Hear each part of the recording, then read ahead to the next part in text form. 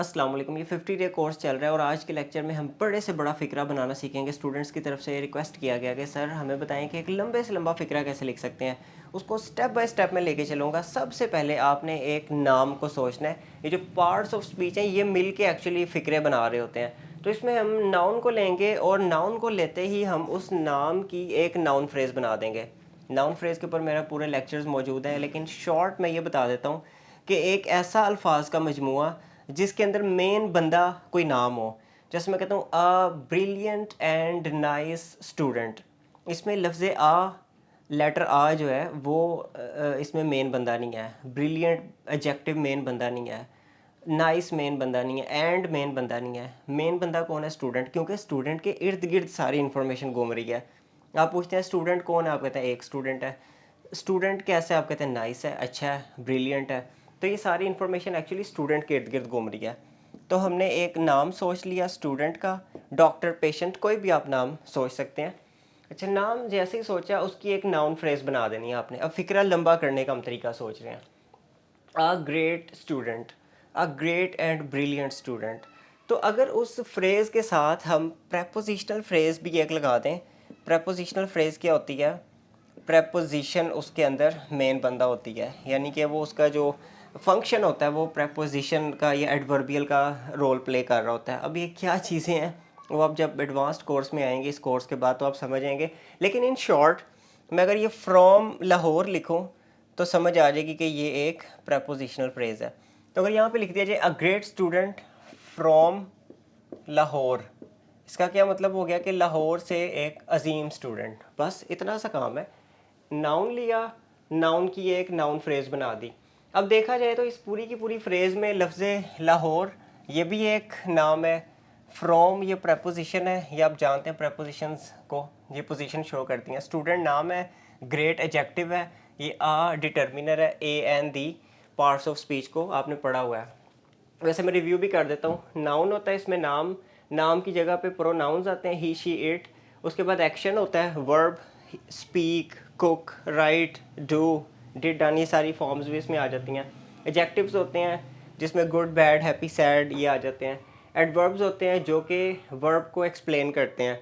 Nicely, quickly, इसमें L Y and पे आ रहा होता है मोस्टली। हैप्पीली, ये सारे एडवर्ब्स आ जाते हैं। डिटर्मिनर्स होते हैं a and the, my, your, his, ये सारे डिटर्मिनर्स होते हैं। Preposition in, on, at, to, for. और लिंकिंग वर्ड्स होते हैं जो कि लिंक कर रहे होते हैं, एंड, और, बट, सो, देयर फॉर, ये सारे लिंकिंग वर्ड्स होते हैं।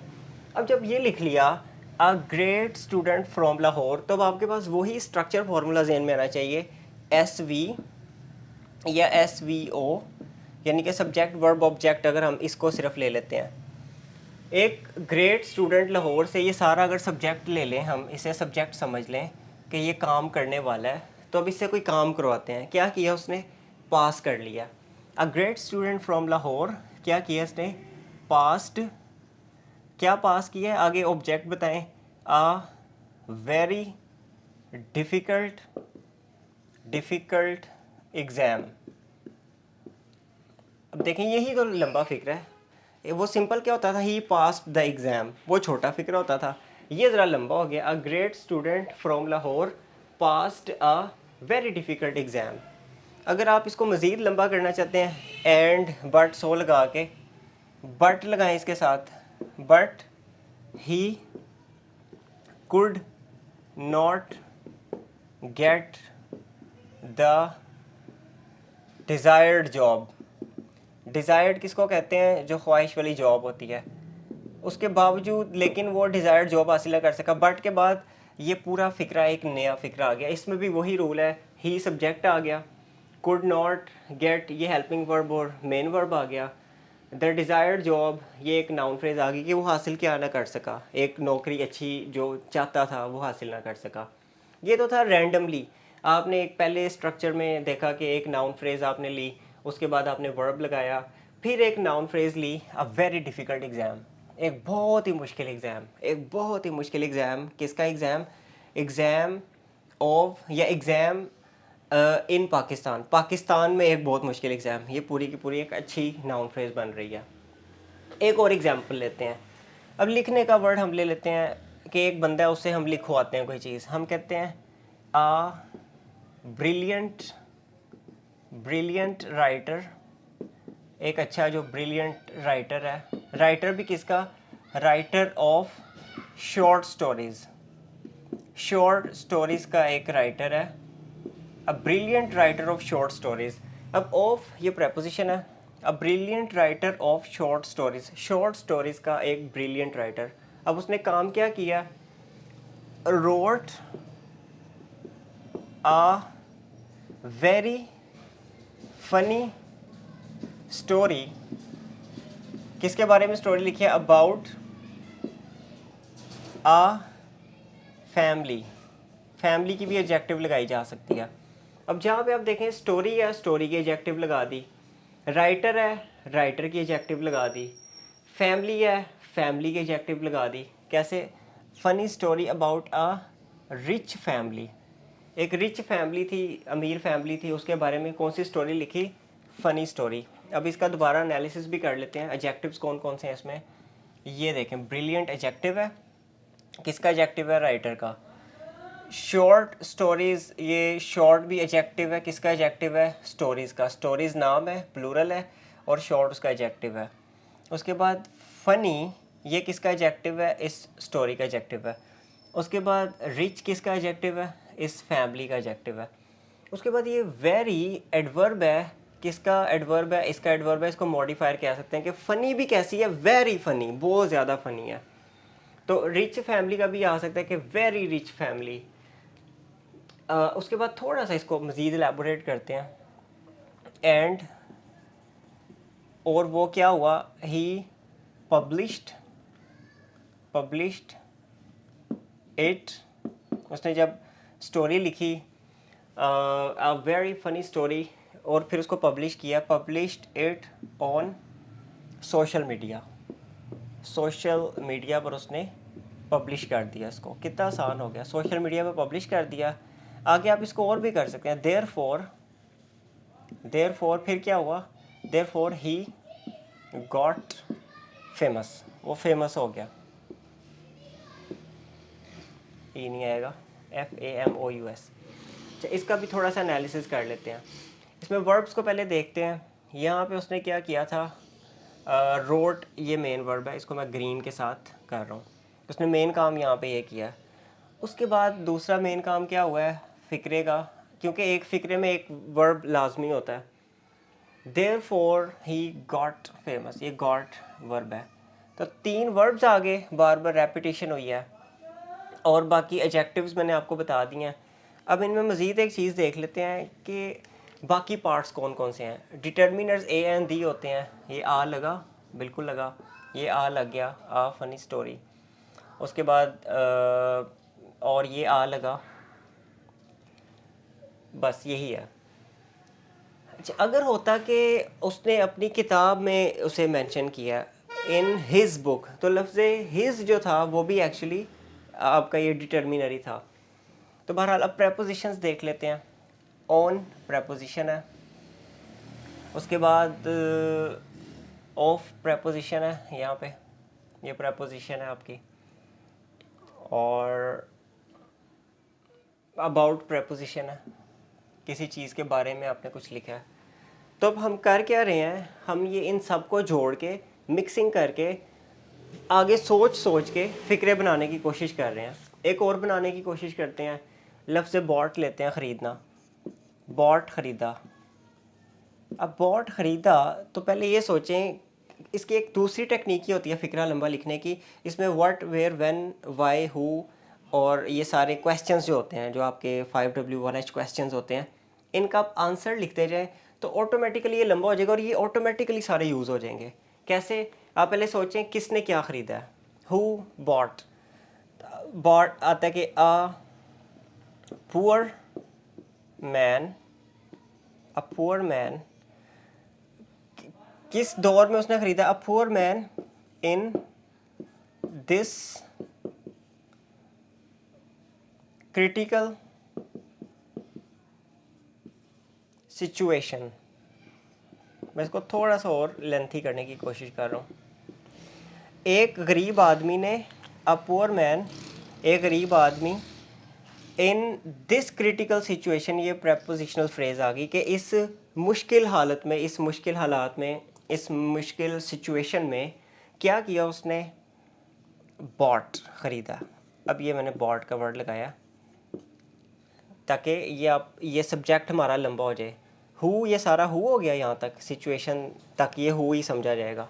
वैसे इसको एंड पे भी लगा सकते हैं, अ पुअर मैन बॉट, आगे एंड पे भी लगा सकते हैं, लेकिन अभी आप इसको बड़े गौर से देखिएगा कि इसको मैंने सारा सब्जेक्ट बना दिया।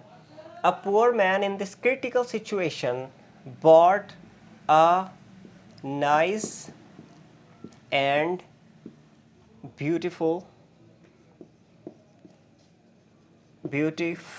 अब देखें यहाँ पे मैंने नाइस एंड ब्यूटीफुल को भी जोड़ा है, दो एडजेक्टिव्स को आपस में जोड़ा है एंड के साथ, नाइस एंड ब्यूटीफुल।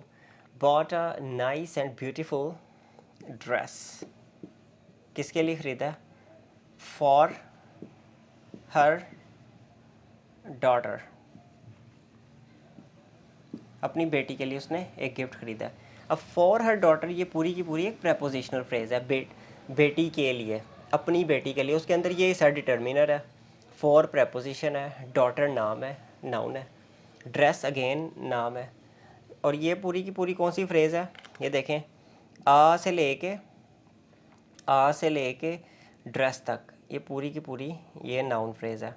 ख़रीदा क्या है? अ nice and beautiful dress for her daughter, अपनी बेटी के लिए। कब ख़रीदा है? ऑन दिस ईद कर लेते हैं, ऑन दिस ईद, इस ईद पे ख़रीदा है। फिर हुआ क्या है? बिकॉज़, पहले हम इसको और लंबा करते हैं वाई के साथ। अब मैं आपको व्हाट वेयर व्हेन वाला फ़लसफ़ा भी बताई जा रहा हूँ साथ साथ। पहले ये हुआ आ गया सारे का सारा, इसको हम रेड के साथ करते हैं। इसके ऊपर लिखते हैं ये हु है, हमने हु का आंसर दे दिया है, किसने ख़रीदा है। और मज़े की बात है इसके अंदर होम भी आ जाता है, किसके लिए ख़रीदा है और किसने ख़रीदा है। इनके दोनों हु और हुम आ जाते हैं, सब्जेक्ट और ऑब्जेक्ट। किसने ख़रीदा और किसके लिए ख़रीदा है। डॉटर भी आ गया ये और ये हु भी आ गया जिसने ख़रीदा है। उसके बाद ख़रीदा क्या गया, ये वट आ गया, अ नाइस एंड ब्यूटीफुल ड्रेस। इसका हम वट लिख लेते हैं यहाँ पे, वट का आंसर भी हमने कर दिया, वट एंड हु।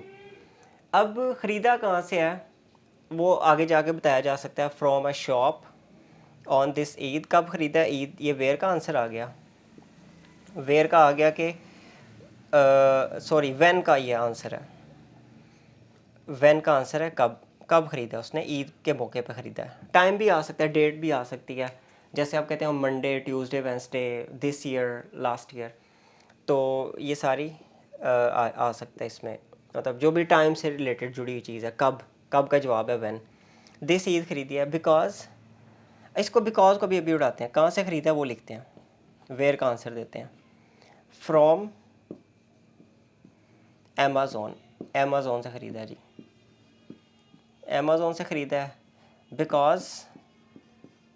अब बिकॉज का आंसर देते हैं क्योंकि उसकी बेटी ने उसे रिक्वेस्ट किया था कि आप मुझे ऑनलाइन ख़रीदना है ये ड्रेस। बिकॉज द डॉटर या हर डॉटर या हिज डॉटर, सॉरी इधर हिज आएगा,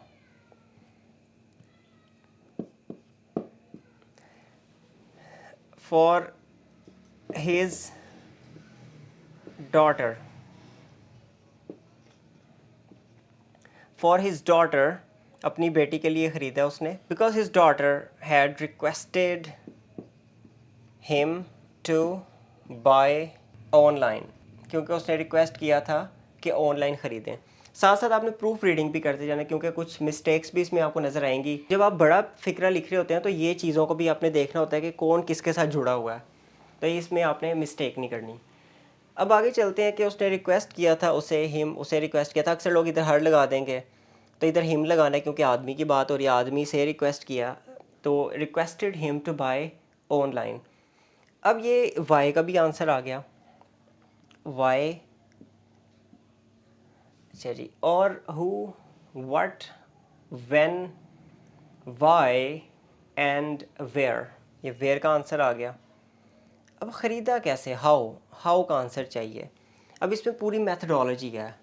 first the way they bought is really amazing. First, अब मैं उसका लड़की का ही लिखता हूँ। First she placed an order on Amazon website. उसने अमेज़ॉन वेबसाइट पे एक ऑर्डर प्लेस किया। देन फिर क्या हुआ? Then she paid through a credit card या through her dad's credit card. अब यहाँ पे हर रहेगा, through her dad's credit card. इधर क्यों हर आया? क्योंकि अब लड़की की बात हो रही है।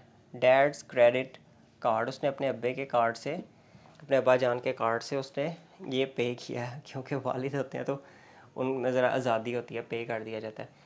तो ये आप देख रहे हैं कितना ज़बरदस्त सेंटेंस लंबा सा लिखा गया है। जो बेसिक बिगिनर्स हैं, जो थोड़ा थोड़ा लिखना चाहते हैं, वो बस जोड़ते जाएं।